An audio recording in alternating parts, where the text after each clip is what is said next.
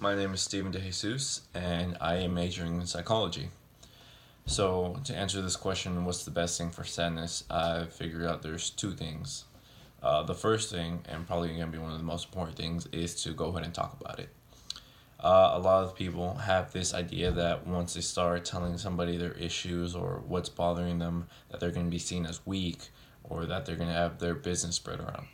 That's not always necessarily true. Honestly, it's a lot better if you do let it out. You're able to vent to somebody.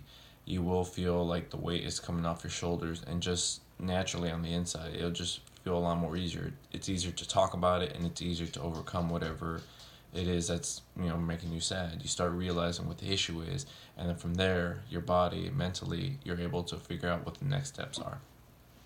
Now, the second thing I would say is good for sadness is discovering yourself, and that can be in a variety of different ways. Some people like to go ahead and go out with friends and just start partying, start drinking, or maybe even strangers. Some, for more the introverts, they like to go ahead and just be on their own, and that's not necessarily a terrible thing. Some people have to find their different ways of coping, just things that'll make them feel better.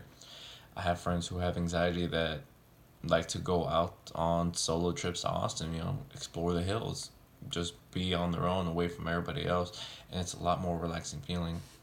Others, even such as myself, I like to go to the gun range and even go work out. Both of those are a great stress reliever. You have all this time to think about yourself. It gives you this focus that you probably wouldn't notice from a lot of other things.